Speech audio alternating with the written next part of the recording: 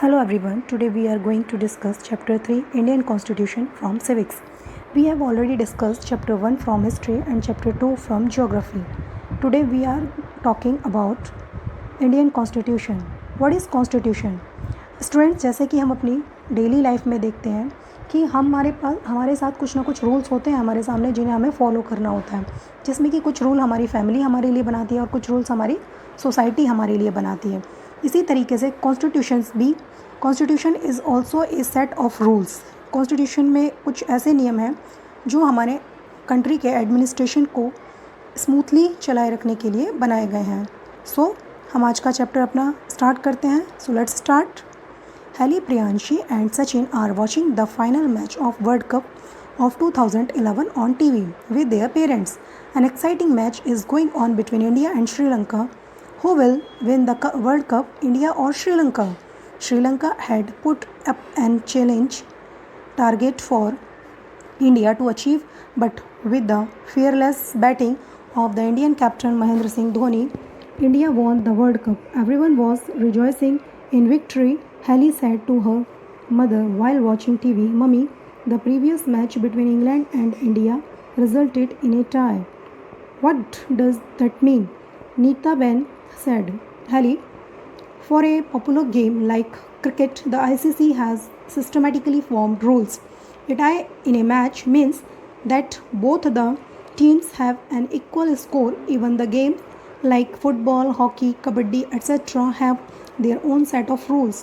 If a game has so many rules, then to run the administration of a populous nation, we surely require well-formed rules." Hali, Priyanshi and Sachin India का 2011 का world cup TV पर अपने parents के साथ देख रहे थे.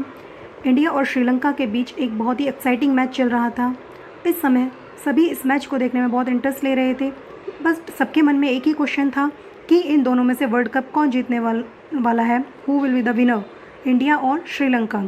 श्रीलंका ने इंडिया के सामने एक चैलेंजिंग टैग लगाया था जिसको अचीव करना अब सिर्फ हमारे इंडियन कैप्टन महेंद्र सिंह धोनी की बैटिंग पर डिपेंड था.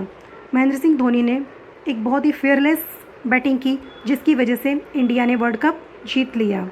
It was the a big achievement for India. Everyone was rejoicing in victory. सभी लोग विक्ट्री को एंजॉय कर रहे थे, सेलिब्रेट कर रहे थे. तभी हेली के ब्रेन में एक क्वेश्चन आया. वो अपनी माँ से पूछती है कि मम्मा, जो प्रीवियस मैच था इंडिया का, जो प्रीवियस वर्ल्ड कप था इंग्लैंड के साथ, उसमें एक जो रिज़ल्ट था वो एक टाई के रूप में सामने आया. तो वो जानना चाहती थी कि टाई क्या होता है, इसका मीनिंग क्या है. तभी नीला बहन उसको आंसर कर दी है, for a popular game like result, जैसे कि जो टाई होता है इसका मीनिंग है कि दोनों ही टीम्स ने इक्वल स्कोर गेन किए हैं. फाइनल डिसीजन लेने के लिए टाई किया जाता है.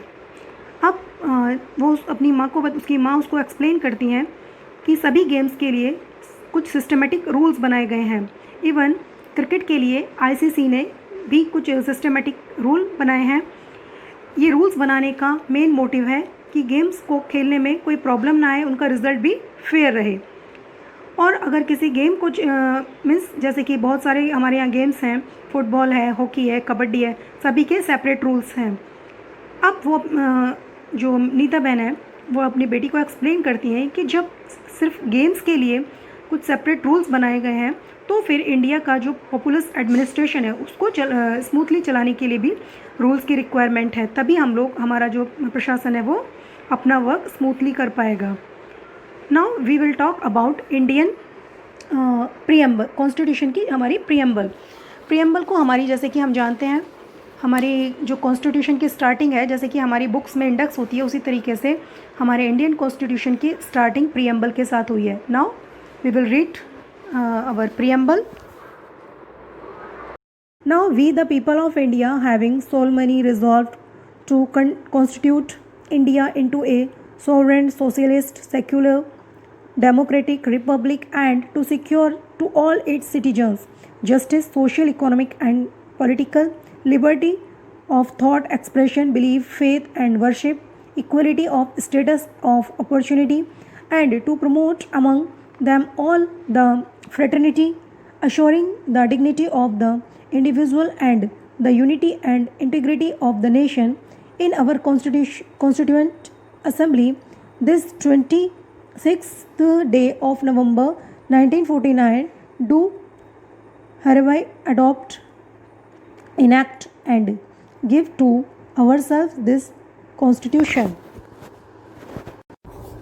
We, the people of India, having solemnly resolved to constitute India. It means हम भारत के लोग भारत को पूरी तरह से एक sovereign society, secular democratic Republic में प्रवेश करने और नागरिकों को एकजुट करने का संकल्प लेते हैं। जस्टिस, सामाजिक, आर्थिक और राजनीतिक विचार, अभिव्यक्ति और पूजा की जीवंतता, स्थिति और अवसर की एक समान समानता और उन सभी को बढ़ावा देने के लिए व्यक्ति की गरिमा और राष्ट्र की एकता और अखंडता का आश्वासन देते हुए नवंबर 1949 के 6वें दिन हमारे सम्मेलन में हमारे यहाँ काम करें और इस संकल्प को पूरा करें, ऐसी शपथ ली गई थी। A systematic compilation of set of rules to run the government of a country is known as the Constitution of the country.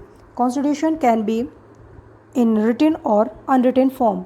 Our Constitution starts with the preamble. Constitution किसी भी देश के जो देश को स्मूथली चलाने के लिए उसके एडमिनिस्ट्रेशन को जो रूल्स बनाए जाते हैं उस रूल्स के सेट को ही हम कॉन्स्टिट्यूशन कहते हैं। It means constitution is a set of rules. Constitution written और अनरिटन दोनों ही फॉर्म में हो सकता है। हमारे देश में अलग अलग कंट्रीज़ के कॉन्स्टिट्यूशन अलग अलग फॉर्म में लिखे हैं, कहीं रिटन और कहीं पर अनरिटन है।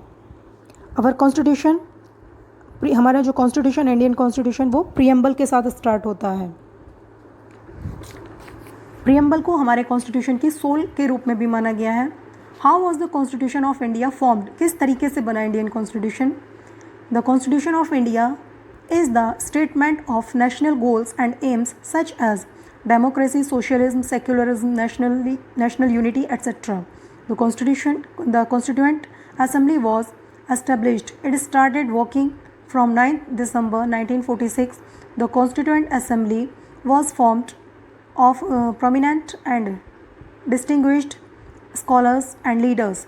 Their political vision and foresights was incorporated in the Constitution. Leaders like Jawaharlal Nehru, Dr. Rajendra Prasad, Sardar Patel, Maulana Abul Kalam Azad, Shyam Prasad Mukherjee, Sardar Baldev Singh, etc. provided their guidance.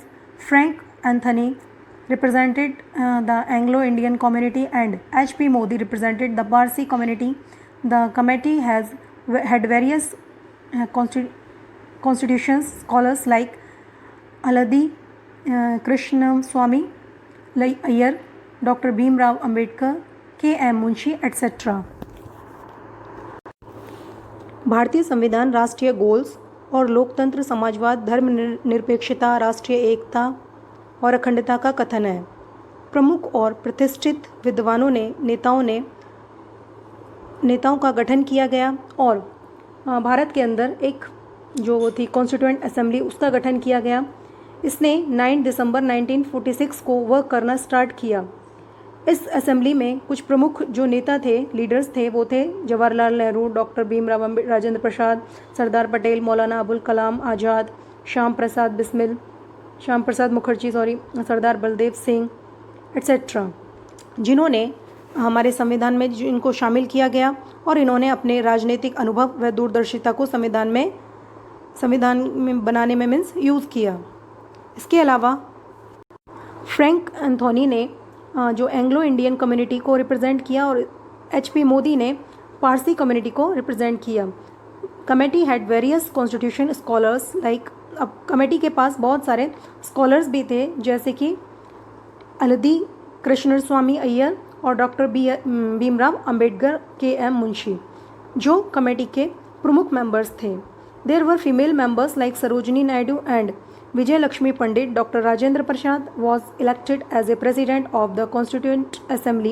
There were a number of subcommittees to take care of various aspects of the Constitution. The drafting committee, which was headed by Dr. B.R. Ambedkar, gave to the Constitution its final shape. Total 166 meetings were held by the Constituent Assembly in a time period of 2 years, 11 months and 18 days. On 26 November 1946, the committee passed the Constitution, which was enforced on 26 January 1950. Male members के अलावा इस committee में कुछ female members भी थे, जैसे सरोजनी नायडू और विजयलक्ष्मी पंडित। Doctor Rajendra Prasad को कॉन्स्टिट्यूएंट असेंबली के प्रेसिडेंट के रूप में चुना गया और वहाँ पे कुछ सब कमेटीज़ भी बनाई गई जो डिफरेंट एस्पेक्ट्स पे का सुपरविज़न कर सकें। The drafting committee which was headed by doctor B.R. Ambedkar. Doctor B.R. Ambedkar को ड्राफ्टिंग कमेटी का चेयरमैन बनाया गया, हेड बनाया गया और इसको फाइनल शेप देने वाले भी हमारे कॉन्स्टिट्यूशन को जो फाइनल शेप दी गई वो भी डॉक्टर भीमराव अम्बेडकर के द्वारा ही दी गई। इस कॉन्स्टिट्यूशन को बनाने के लिए कॉन्स्टिट्यूएंट असेंबली में टोटल 166 मीटिंग्स हुई और इसको बनाने में लगभग 2 इयर्स, 11 मंथ्स और 18 डेज़ का टाइम लगा। 26 नवंबर 1946 को कमेटी ने कॉन्स्टिट्यूशन को पास किया और 26 जनवरी 1950 को ये एनफोर्स्ड हुआ, मीन्स प्रोसेस में आया। Why do we need a constitution? What if there is no constitution? No country can function without a constitution. A constitution serves many objectives. It is a document which finally weaves the ethos and ideals of our country. It tells about the kind of government our country would have, how to run the administration of our country in a democratic form of government. We elected our leaders so that they can run the administration on our behalf.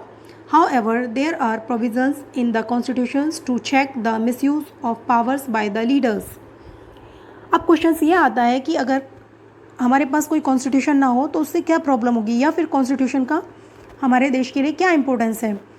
तो we can say that if there is no constitution, no country can function without a constitution. किसी भी देश के लिए बिना constitution की help के अपने शासन को स्मूथली चलाना पॉसिबल नहीं हो सकता। कॉन्स्टिट्यूशन के अकॉर्डिंग वो मीन्स बहुत सारे ऐसे ऑब्जेक्टिव्स होते हैं जिनको वो सर्व्स करता है।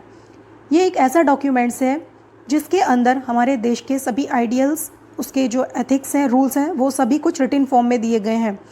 It tells about the kind of government. यही कॉन्स्टिट्यूशन से ही हमें पता चलता है कि हमारे देश में किस तरह की गवर्नमेंट है और किस तरह के रूल्स उन्हें फॉलो करने हैं, किस तरीके से सिटीजन्स को उनके राइट, उनकी ड्यूटीज़ क्या हैं और किस तरीके से हमारे देश के जो एडमिनिस्ट्रेशन है उसको स्मूथली रन किया जा सकता है।